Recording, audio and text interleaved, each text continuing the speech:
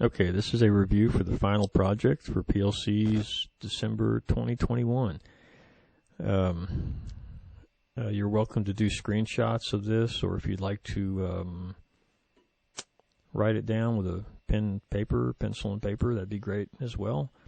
This is the functional program. This is what it should look like when you're finished. The actual project, there's a lot of things in here that I can change around. So again, I'm not looking to test your ability to create programs. I'm looking to test your ability to identify problems and do online edits to change them, to correct those mistakes. Okay, so let's go through this, and I'll illustrate how it should work. Let me go through the written description. There are 3 pumps in this system, pump 1, 2, and 3. Only 2 of the pumps can be on at any time, so let's watch for a second. There's 1 and 3, 1 and 2, 2 and 3, 1 and 3. So it's a cycle that repeats. Okay. The pumps operate in a pattern which changes at the end of a 3-second delay. I have a timer here that generates a pulse every 3 seconds. That causes this counter to increment 0, 1, and then 2, and then 3 causes a reset. So it goes 0, 1, 2, technically 3 for a very brief period, and then right back to 0. Okay. So state 3, or count number 3, doesn't do anything. If you look at these compare functions here, if the count is equal to 0, where pump 1 is on. If its count is equal to 1, pump 1 is on again. If count is equal to 1, we get pump 2, so those 2 are on. If it's 2, it's on again. So you can see the pattern here. 0, 1, 1, 2, 0, 2. This all works out great. Okay, so you might want to screenshot some of this here. If I go a little bit further, it says that there's a counter that's used to track the number of times each pump has been activated. So here are 3 counters: count pump 1, count pump 2, and count pump 3. So pump 2 is at 10 right now. It says when each pump has been activated, an output turns on to indicate that it's time to inspect the pump. Pump maintenance, pump 1 maintenance, pump 2 maintenance, pump 3 maintenance. Okay. So when the count reaches 10, it's done.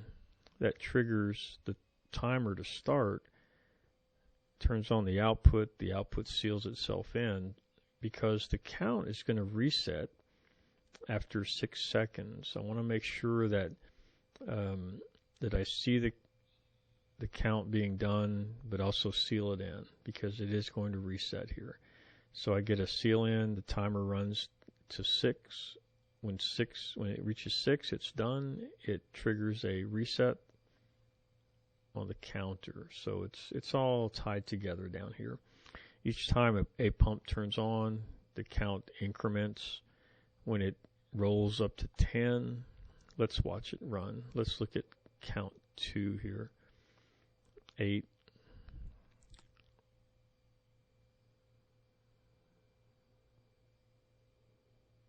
9,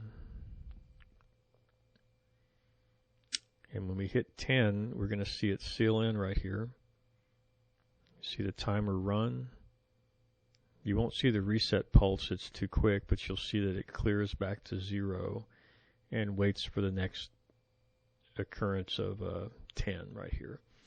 So in reality, maybe we want to do after every 1,000 cycles of the pump. So this 10 would become 1,000.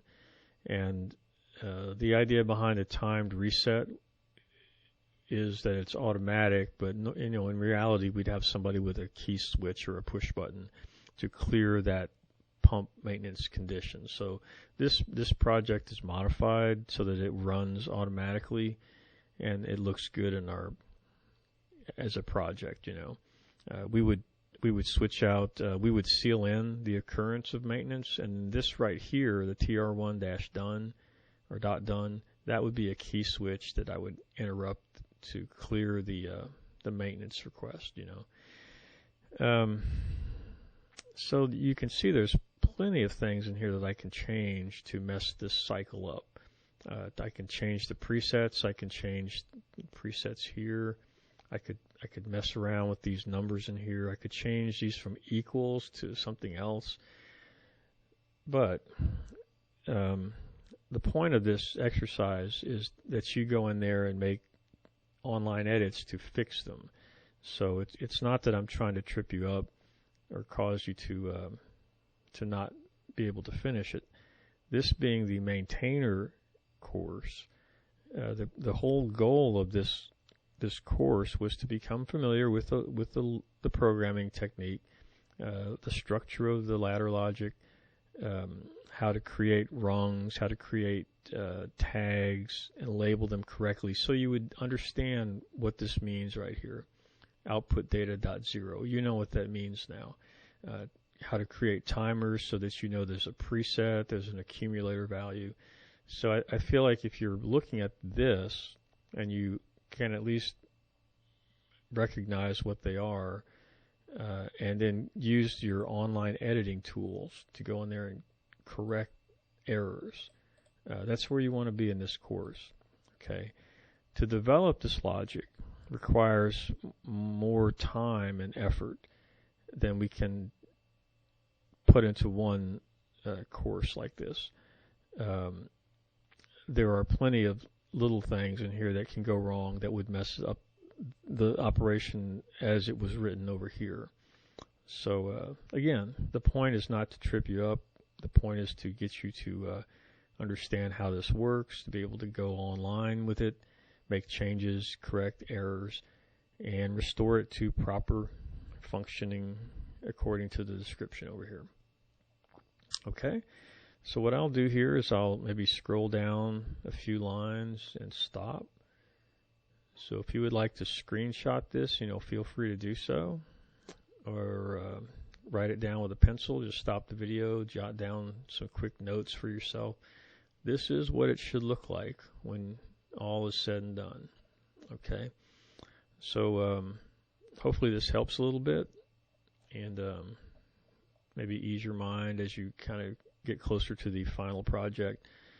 The written description is available already on Blackboard. I don't think there's any errors in it. It reads pretty well here. And again, here is your correct logic ready to roll. So take some time, review it, study it, see how it operates, and when you come to class, you can bring your notes. Would not like you to watch the video while you're taking the test, so I'll ask you to not access your phones during the actual exam. You're welcome to use your printed notes if you'd like to print this out, but nothing in video format. I think this a little late to be using the video format. Okay, well, good luck on the test, and it'll be available Wednesday evening, and it shouldn't take more than 90 minutes. Thanks a lot.